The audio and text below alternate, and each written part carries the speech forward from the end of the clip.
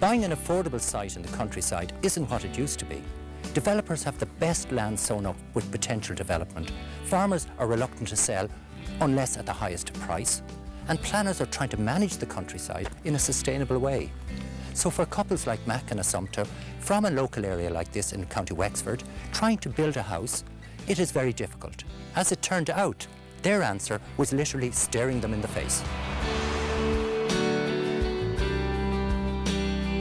Matt and Assumpta met 5 years ago on the beach in Rosslare, County Wexford. During that time, they've been striving to find the right place to build their home. Mac and his 2 sons currently live at his parents' house, while Assumpta lives with her parents. So you haven't been able to live together now for 5 years. So what was your solution to this? Well, we came up with the idea of building on my parents' garden, and we were out for dinner one night, and I just said to Mac, what do you think about the idea? And he said, sure, if you don't ask, you won't get. So he said, go ahead, ask, and see what we'll do. So how do your parents feel about that? Well, they were a bit shocked at first, and they had to think about it and come back to us, but they thought about it and they came back and they said, yes, go ahead. But to get planning permission, we had to ask them to knock down the porch at the front, as we didn't have the sight lines. So they've given us their porch, lost our front door, and given us kindly enough land to build a small dwelling for ourselves to live for the next few years. Actually, how we procured the porch was we sent Betty away for a weekend and never let on that we were going to knock the porch down. She didn't even know? She didn't know. Mac, I see you've got a copy of the plans over there. I'd love to have a look at the site. Sure. Come back and have a chat with you afterwards. No problem. Great. Thanks a lot. Check. Welcome. See you sometime.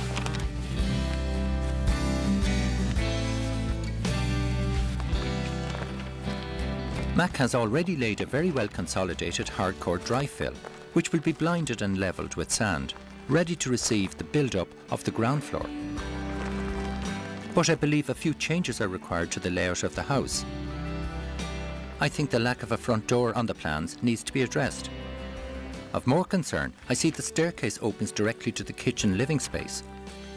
If a fire occurred on the ground floor level, the stairs, as the primary means of escape, would be enveloped by smoke and fire. Things here I'm just concerned about here. Let's see what Mac and Assumpta think. Yeah.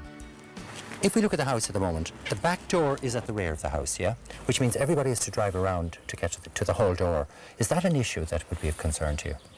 We didn't really see any need for a front door because it was only for display purposes anyway. Right. Well, say postman arriving or others, you know, they'll have to come around the side of the house. There's 3 French doors to pass before you get to the whole door. They might be a bit confused which door to knock at, you know? That's true.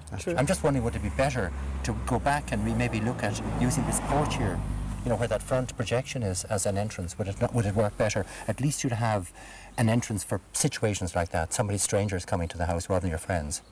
I think that might be a good idea. Yeah? Yep, sure. Well, I'm happy about the front door, but I'm not happy about the stairs eating into my wardrobe space. Wardrobe is very important to a woman. Right. Now, you have a very big wardrobe here. It's a big walk-in wardrobe. It needs to be big for the shoes, Duncan. What do you mean, the shoes? We have a little issue with shoes. Shoes? Why is And the that? amount of... So what's the problem? Well, something has lots of pairs of shoes. Really? In boxes. Few. Like how many? Few. Enough. 10, 20, 50, Probably more 50. 100 Probably more 50. pairs of shoes. It's obvious the house needs a lot more storage space. After Mac and Assumpta have altered the plans, the house has a new front door, stairs in a safe place, and as planned, the master bedroom downstairs has a spacious walk-in closet.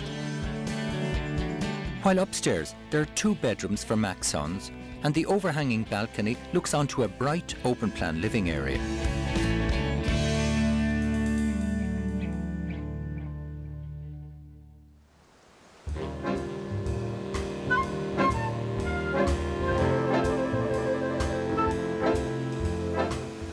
Michael and Julia Pledge moved from London 10 years ago to County Limerick.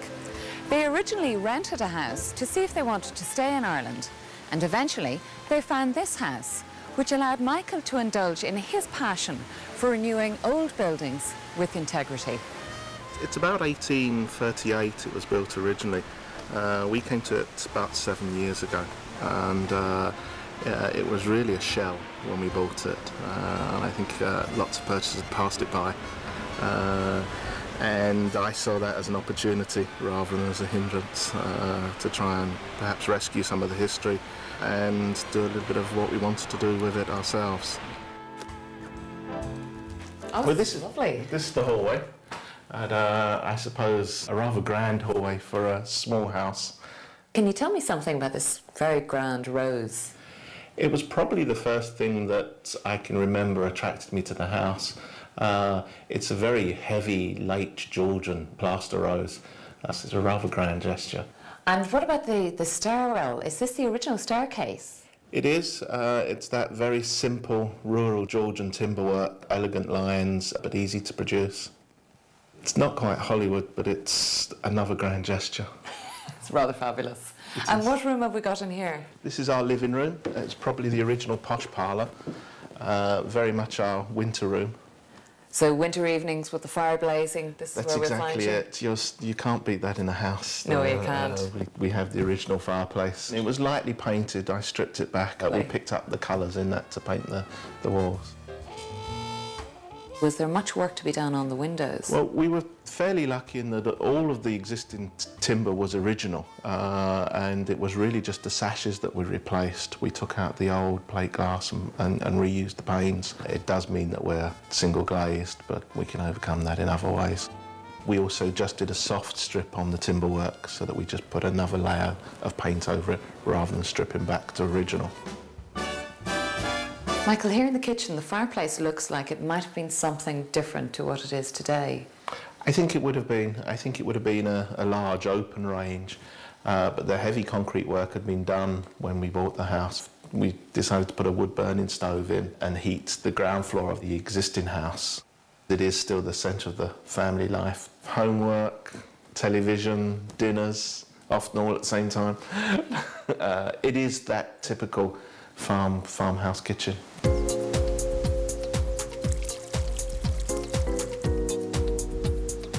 The old house can be quite dark. That was one of Julia's main requirements, that we would get a lot of light and space into any element that was new. Yes, and the fact that the windows were all on the front of the house, and so there was actually no ground floor windows in the back of the house at all. So actually making a few more openings changed the whole atmosphere of the house entirely. And now we're in this wonderful light space. It just feeds light into the old house, you know, all the time. Have you any other future plans and projects? I mean, we have 3 boys who are going to become teenagers soon, and each will want their own space, I'm sure. So I think we'll probably go for a planning permission to convert the outhouses into some additional rooms, plenty of noise, insulation, and put them at the end of the garden. It was a 10-year project. We have 3 years to go.